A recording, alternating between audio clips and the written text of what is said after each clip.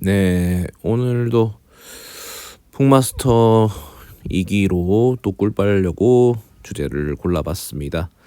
반갑습니다. 제가 지금 북마스터 이제 2기 3주차 책을 읽고 이제 이번 일요일에 투표를 할 예정인데요. 제가 2주차에 읽은 책을 따로 영상을 안 만들었더라고요. 예. 그래서 2, 3주를 묶어서 해도 총 3권입니다. 책을 읽었습니다. 그러니까 1주차에 3권을 다 읽고 2주차에도 3권 있었는데 거기서 1권만 읽고 3주차 때는 이제 3권 중에 2권만 이제 읽었습니다. 그래서 읽은 것만 얘기하려고 이제 후기를 3권을 이제 후기를 하고자 합니다. 그래서 2, 3주차죠. 그래서 2주차 때 1권, 이제 3주차 때 2권 해서 총 3권인데 2주차 때 읽었던 책은 이제 불안의 끝에서 쇼펜하우어, 절망의 끝에서 니체라는 강용수 저자의 책이었습니다. 그러니까 이 책으로 쇼펜하우어와 니체 어떤 두 철학자의 원투펀치를 맞아가면서 책을 읽을 수 있었다라는 후기를 다룰 수 있었습니다. 사실 완벽하게 이해하지는 못했어요. 어렵게 쓴 책도 아니지만 제가 부족함이 많다 보니까 또 급하게 읽는 스타일이기도 해서 완전히 다 이해를 했다고는 당연히 어렵지만 니체나 쇼펜하우어를 좋아하는 사람들은 아마도 그 사람들의 그런 직관이나 통찰이 세게 전달되는 느낌을 좋아하지 않나 싶습니다. 그래서 뭔가 시원할 수도 있고 뭔가 직관적일 수도 있고 신랄하다고 표현할 수도 있을까요? 그러니까 자신들의 생각이 워낙 확고하기 때문에 그렇다고 또 확고함 자체가 누군가에게는 불쾌할 수도 있겠지만 또 탁월한 식견에 의해서 전달되는 그 매력 혹은 거의 마력에 가까울 정도로 전달이 되죠. 두 분 다 독신이셨습니다. 그냥 하는 말이고요. 아무튼 재밌죠. 그러니까 비슷하면서도 다른 느낌의 두 사람의 어떤 철학적 소견들을 그런 세계관을 번갈아 교차하면서 어떤 하나의 카테고리를 가지고 쭉쭉쭉쭉 이제 목차가 나눠져 있는데요. 목차만 봐도 뭔가 재밌을 것 같은 느낌이 들어요. 그러니까 물론 이런 장르를 좋아하는 분들에 한해서겠지만 어떤 인문학적인 책들을 좋아하거나 하는 분들이라면 분명히 요렇게 깔끔하게 정리된 목차를 보면서 요거는 목차만 봐가지고 원하는 포인트만 이제 발췌독을 할 수도 있겠구나. 굳이 통독을 하지 않아도 되겠는데 이런 생각을 하실 거예요. 저도 통독을 나름 하긴 했는데 거의 속독에 가까워서 어떤 항목은 그냥 대충 읽고 넘어간 경우도 있었습니다. 근데 이제 그거를 포인트를 잡자면 원하는 카테고리만 확인하고 그 부분만 읽어도 되겠구나 이런 생각이 들 수도 있을 것 같아요. 그래서 시간을 좀 더 절약할 수도 있고 아니면 심지어 이제 나는 이 부분은 쇼펜하우어 생각은 별로 보고 싶지 않아. 니체만 보고 싶어. 아니면 반대로 니체 생각은 별로 동의하지 않으니까 쇼펜하우어만 읽어볼까? 이런 식으로 해서 취사 선택을 할 수 있을 정도고 되겠고 당연히 두 분의 관점을 비교하면서 읽는 게 제일 재밌을 것이라고 저는 봅니다. 그래서 제가 어떤 부분에서 이제 이 둘의 아포리즘이 통용되고 있는지를 한번 살펴보자고 하자면 간단하게 얘기하자면 이제 그분들의 카테고리 중에서 고독이나 우울에 대한 개념을 이제 다룰 때는 관점이 좀 맞아 보였습니다. 그러니까 고독을 좀 긍정적으로 대처하는 자세나 우울증을 극복하는 태도는 약간 그 자신의 마음가짐이라고 설명하는 경향이 있어요. 그러니까 제가 해석하는 부분이라서 정확히 맞는 표현은 아닌데 어떤 자기의 어떤 의지에 대한 부분을 많이 강조를 하고는 있죠. 그런 내용들이 있고 아이러니하게도 두 분 다 그 정신적으로 굉장히 불안한 삶을 살았습니다. 근데 그 불안함을 어떻게 보면 자기 철학적 에너지로 쓴 거라고도 볼 수가 있겠죠. 이를테면 쇼펜하우어는 잠자리에 있을 때 항상 그 총을 옆에 두고 잤을 정도로 그런 이야기도 있고 니체 같은 경우는 말년에 정신병원에 이제 있었죠. 그래서 그런 부분도 있었고요. 그리고 결혼 제도 자체는 두 분 다 굉장히 부정적으로 하는 느낌은 있는데, 그냥 본인들은 결혼하지 않겠다라는 것은 공통점인데, 쇼펜하우어는 이제 결혼 제도 자체를 이제 부정했고, 굉장히 여성에 대한 그런 부정적인 아포리즘을 많이 남겼죠. 그것 때문에 뭐 그런 걸 지지하는 분들은 많이 쇼펜하우어를 인용하기도 하는데, 그게 전부는 아니지만. 그리고 이제 철학자로서는 이제 결혼이 어울리지 않는다는 이제 표현을 이제 니체도 했지만, 그 결혼 제도 자체는 긍정하는 그런 내용도 있습니다. 허나 이제 둘 다 결혼하지 않았고 결혼할 생각도 하지 않았던 걸로 보여집니다. 그리고 이제 두 분의 어떤 생각을 이런 식으로 한 어떤 카테고리에 맞춰서 설명하는 경우도 있었고, 챕터 이제 10목차 10항목 보면은 뭐 세상을 받아들이는 법이라는 항목을 쭉 보면은 이제 쇼펜하우어가 주장하는 철학적 개념들, 그러니까 혹은 니체가 주장하는 철학적 개념들이 많이 등장합니다. 많이? 예. 주요 개념이 등장하는데, 뭐 쇼펜하우어 같은 경우는 이제 욕망보다 인식이, 죄송합니다.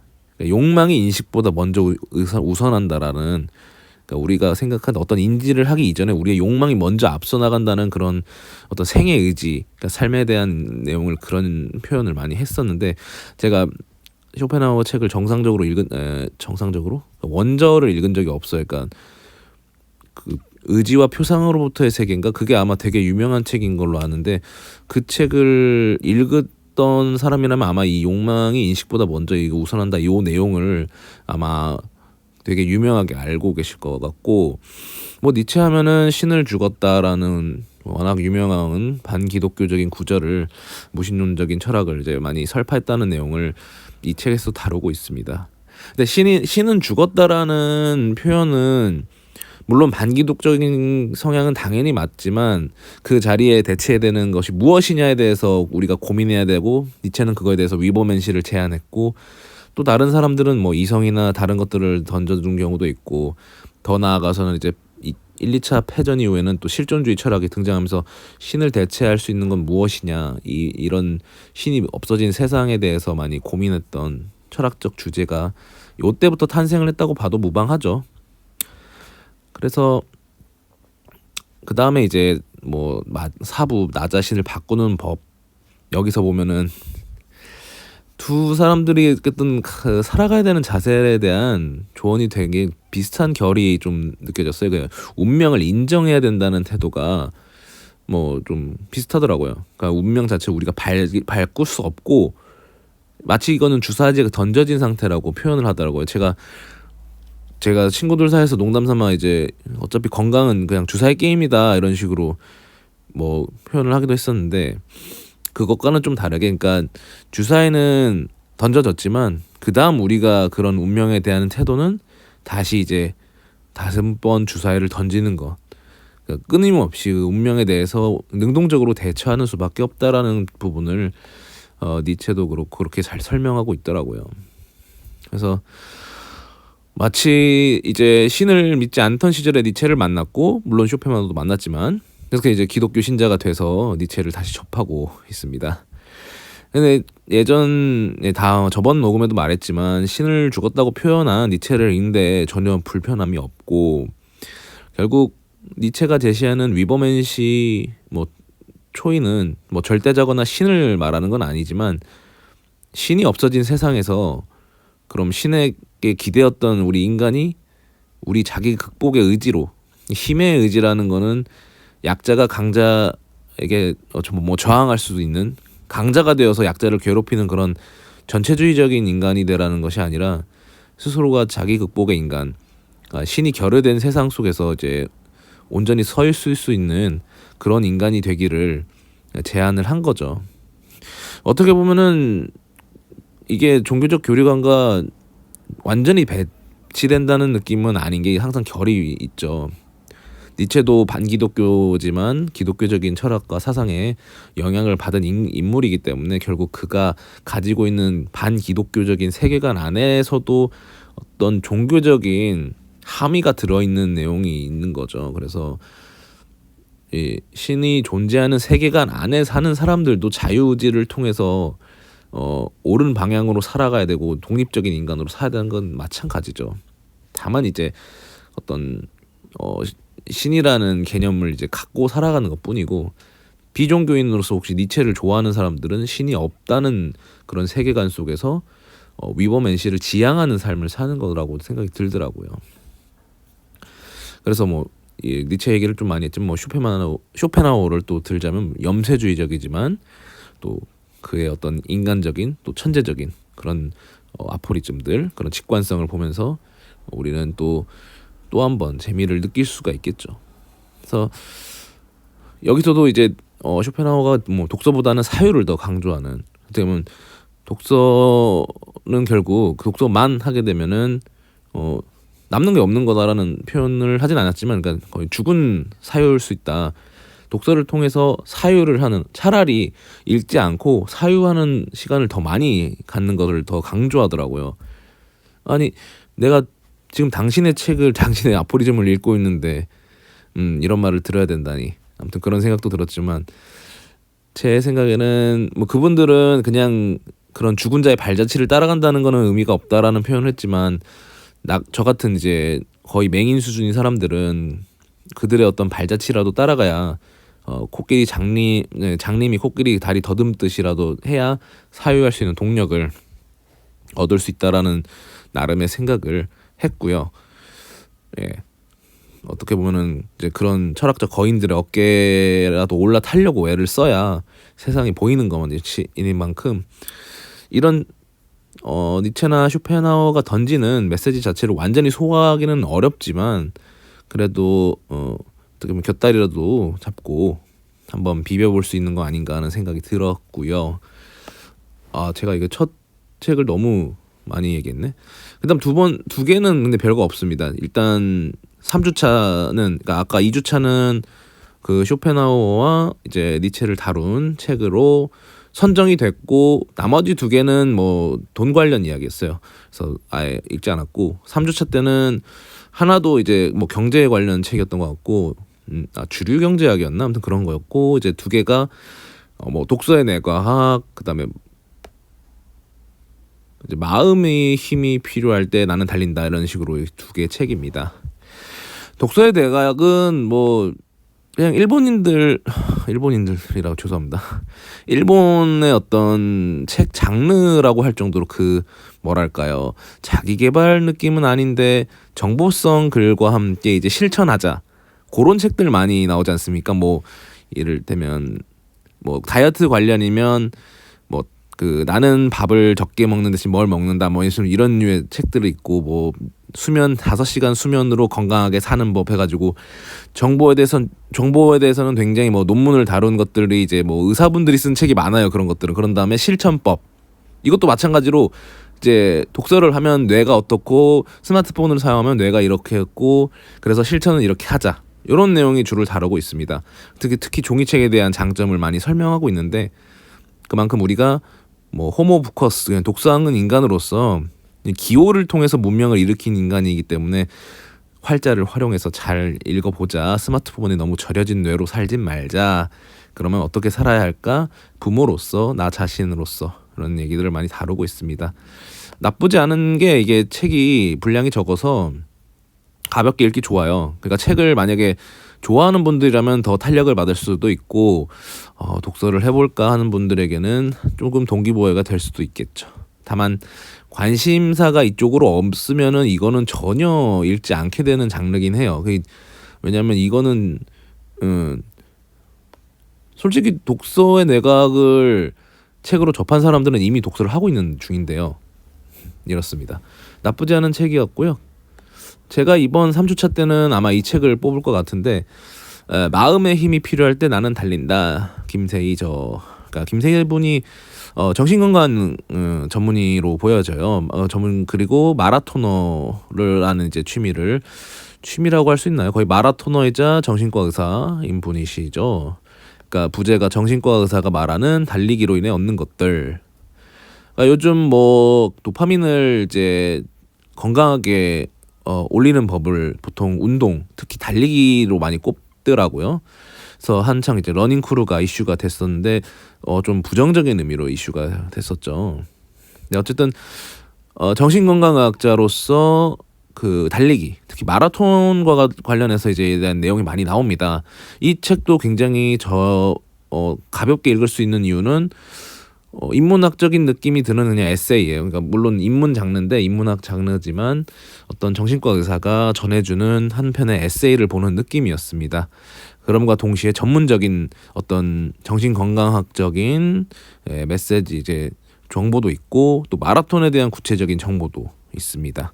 그러니까 두 마리 토끼를 다 잡을 수 있는 좋은 책이어서 이제 어떤 우울증까지는 아니어도 우울감을 자주 느끼거나 좀 평소에 좀 경도 우울증 뭐 그런 정도 시라면 뭐 아무래도 제일 편한 게 달리기 혹은 집에서 가까운 헬스장에서 스트레드밀 달리는 그런 습관, 같이 하기 힘들다면 뭐 러닝 크루도 좋을 거고요. 꼭 부정적인 이슈에 때문에 그런 동호회 모임을 하지 않는 거는 조금 구더기 무서워서 장 못 담그는 거니까 한 번씩은 도전하는 거 좋을 것 같고, 가까운 동네 초등학교 이제 우레탄 바닥에서 달리는 게 좋을 것 같기도 하고요.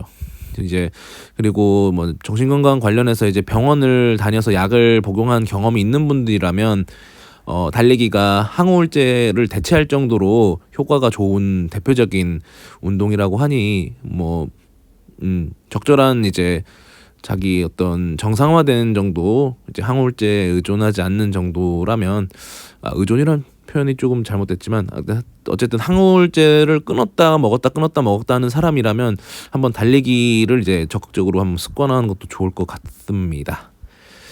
그래서 참 어떻게 보면은 이제 마라토너가 된 정신과 의사, 그러니까 이런 분들이 진짜 환자를 진짜 생각하는 사람들이 아닌가 싶어요. 그러니까 자기가 이런 게 좋다 근데 내가 직접 해볼까 이런 식으로 한 거죠. 그리고 정신과 의사들도 많은 환자들을 대하다 보면은 그 전이가 돼서 많이 힘든 부분이 있을 텐데, 이게 참 에너제틱한 사람들은 꼭 자기 업무 분야뿐만 아니라 다른 분야에서도 그런 에너지를 쏟아낸다는 게 좀 존경심이 들더라고요. 이분은 그럼 의사 활동도 하고 마라토너 생활도 하고 책까지 쓰는 거의 뭐 엔잡러라고 볼 수 있겠죠. 근데 다 자기가 하고 싶어서 하는 일들이라서 그 에너지가 고갈되지 않는다는 게 대단한 거죠.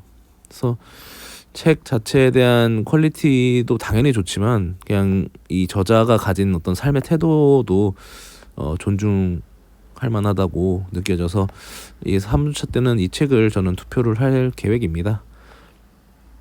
그래서 제가 이렇게 어떤 책을 읽고 글을 하고 글을 쓰고 또 이걸 또 옮기는 게 어떻게 보면 그냥 모래밭에서 그냥 모래성 쌓고 부서지는 그냥 별거 아닌 일이라고 보여요. 그냥 제 생각에도 뭐 조회수가 큰 의미가 있는 조회수도 아니고 뭐 가끔 달리는 댓글도 너무 좋고, 네, 그런 것들로 인해서 제가 어떤 금전적인 이득을 생각한다면 전혀 할 수 있는 일은 아니죠. 심지어 제가 무슨 책을 쓸 수 있는 능력이 있는 것도 아니고, 그리고 제가 하는 어떤 운동이 남들에게 봤을 때 뭐 티가 나는 정도의 어떤 뭐 체중이 뭐 드라마틱하게 줄거나 뭐 멋있는 몸이 되거나 그런 적도 별로 없었고요. 근데 모든 걸 이제 결과만으로만 평가하는 세태가 아쉽지만, 그럼에도 이 방향을 포기할 수 없는 게 이렇게 안 하면 할 수 있는 게 없더라고요. 그냥 단순하게 가는 거밖에 없으니까 만약에 달릴까 하면 그냥 달리자. 여기서 책에 나온 것처럼. 그러면 그냥 해볼까? 하자. 그러면 좀 안 맞으면 그래 다른 거 하지 뭐, 이런 식으로 하고 했으면 꾸준히 해볼까? 괜찮네, 마음에 드네, 꾸준히 한번 해보자, 이런 마음으로 한번 해보는 것 같아요. 지금도 유튜브의 어떤 업로드 패턴이 조금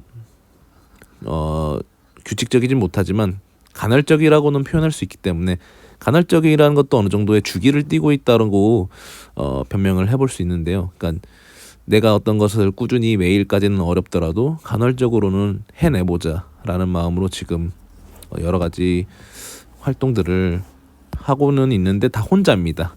혼자 하는 활동의 장점은 그만두기도 좋지만 어떤 외부적인 요인으로 해서 부득이하게 멈추는 경향도 좀 적은 편이에요. 그러니까 자기 의지만 조금 살아 있으면은 간헐적이나마 버틸 수가 있겠더라고요. 그래서 이렇게 버티고 있습니다. 그래서 북마스터 2, 3주차 묶어서 한번 얘기를 해봤고요. 또 재미난 얘기 있으면은 올려보도록 하겠습니다. 감사합니다.